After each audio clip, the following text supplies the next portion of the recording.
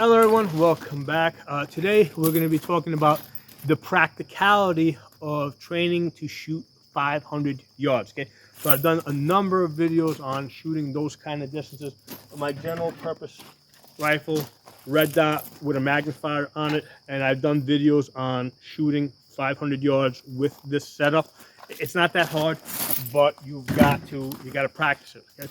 Okay, you got to know your holdovers, and I've done videos with LPVOs, which are great for shooting that kind of a distance. It gives you the ability to dial down to 1 power, so you have a CQB capability. But obviously, with the LPVO, this specializes in further distances. Okay, whereas the red dot with the magnifier, this specializes in close quarters.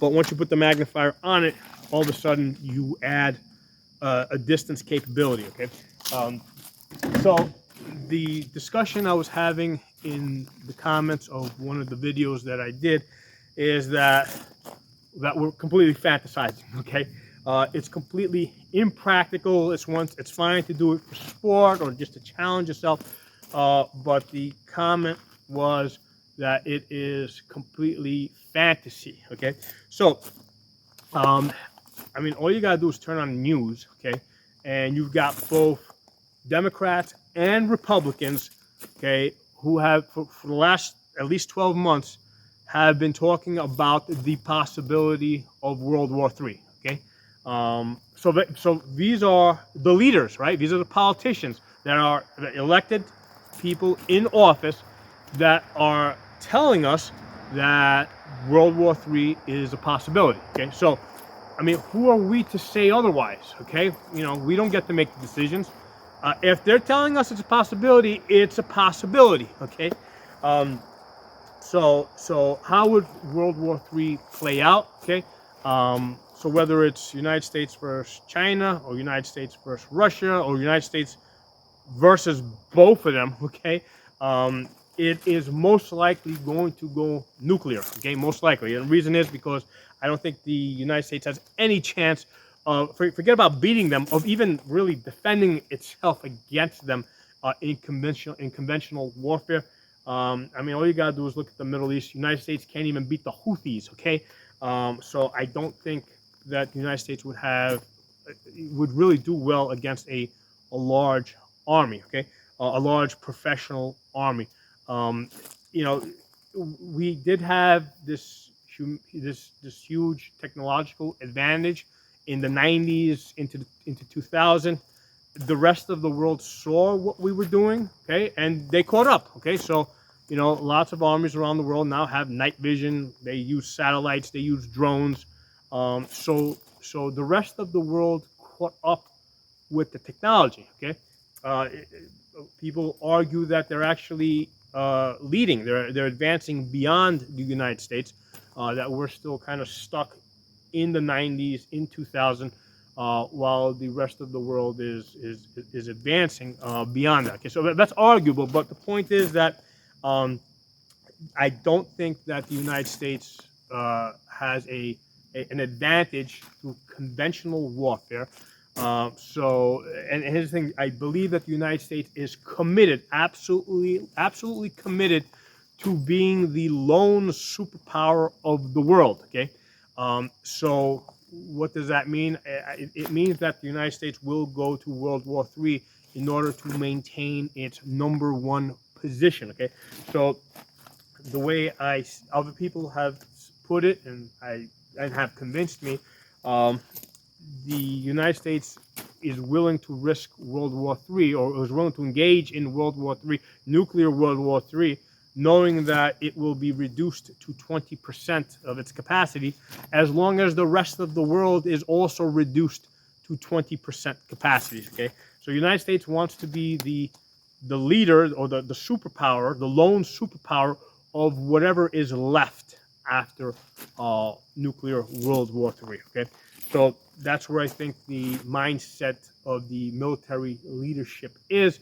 And again, the politicians are talking, both Democrats and Republicans are talking about the possibility of World War III. Other leaders around the world are listening to this, okay?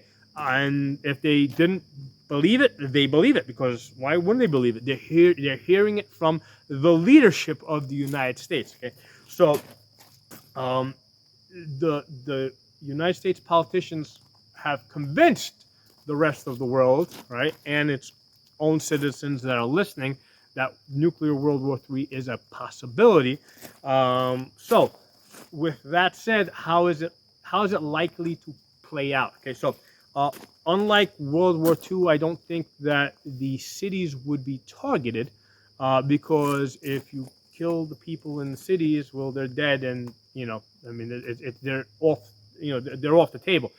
It makes a lot more sense to destroy the command and control, the leadership, and the energy, right? Because energy tends to be consolidated, wherever the oil is stored, the electric grid.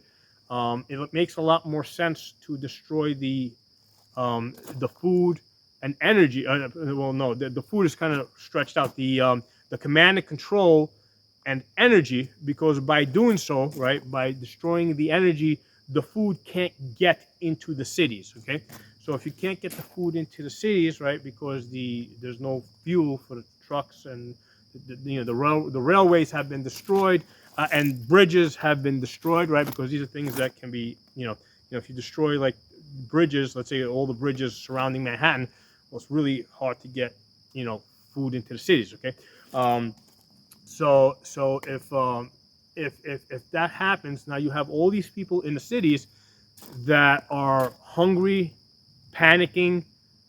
I mean, yeah, you're gonna have a real SHTF type of situation. So you're gonna have panic without the Russians or the Chinese or whatever, the Martians, ever having stepped foot on United States soil, just by destroying the energy and the command and control, right? Because it's a lot easier to target those two things. So you've got these huge populations in these cities that are not being fed, right? Cities typically have like 3 days food supply. Okay, they got 3 days food supply, and people are going to panic. They're not going to be able to get far, because what's going to happen is cars are going to run out of fuel on the highways, and now the highways are going to get blocked with cars that ran out of fuel.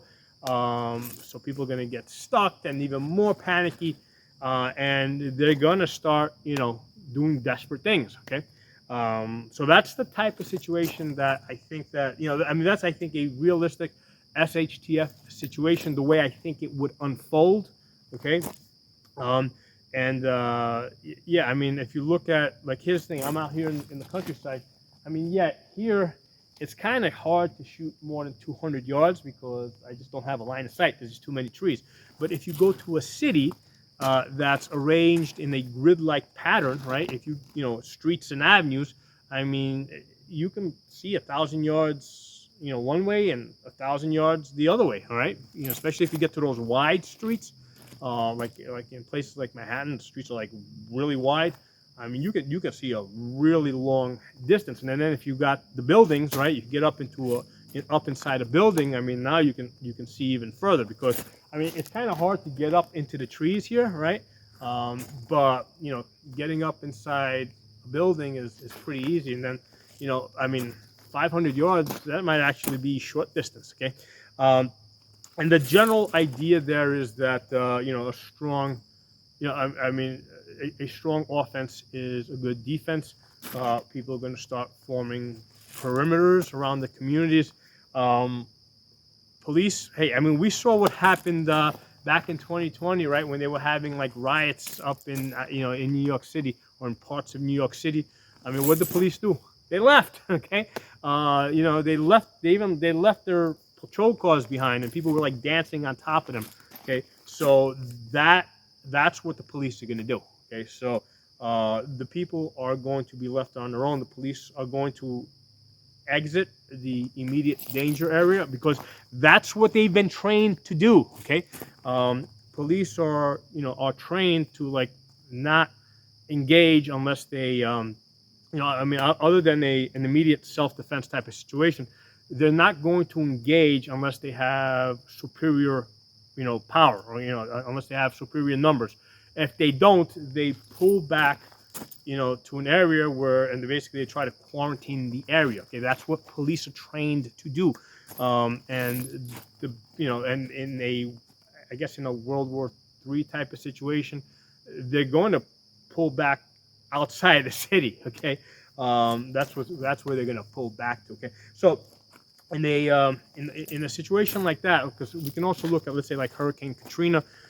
That was a situation where you had one area that was like heavily impacted, but within like a week, they could get help from other parts of the country. Okay, so a World War III type of situation where you have multiple areas being attacked simultaneously.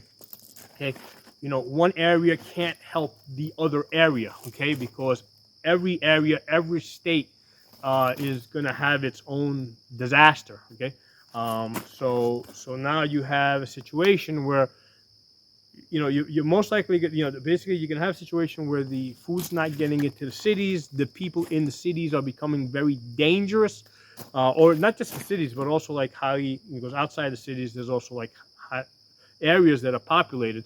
Those people are going to get desperate, and people are going to resort to defending the 3 days of food that they have left. Okay, and chances are that in that type of situation, people are going to prefer to engage at longer distances, because getting into close quarter combat can be 50-50. Okay, if you're engaging in longer distances, if you have that the advantage of that capability, where you can engage without even being seen, I think a lot of people are going to opt for that. Okay, it's just a safer thing to do. Again, going back to the conversation that I was having in the comments. Okay, if World War III, the politicians are telling us that it's a possibility. Okay, they're the ones that are telling us, and I mean, who are we to argue, right? If they're saying that it can happen, it can happen. Okay, so if you think through it, how would that likely play out? What would they target? Okay, and how are the people going to react? People that are left alive, how are they going to react to that? Yeah, I think you definitely want to have your go-to rifle set up for some long distance capability, and practice shooting out to about 500 yards. Okay, now you may not need to do it, but hey, it's better to know that you can do it if you need to do it. Okay, so drop some comments below, let me know what you guys think, and we'll talk soon.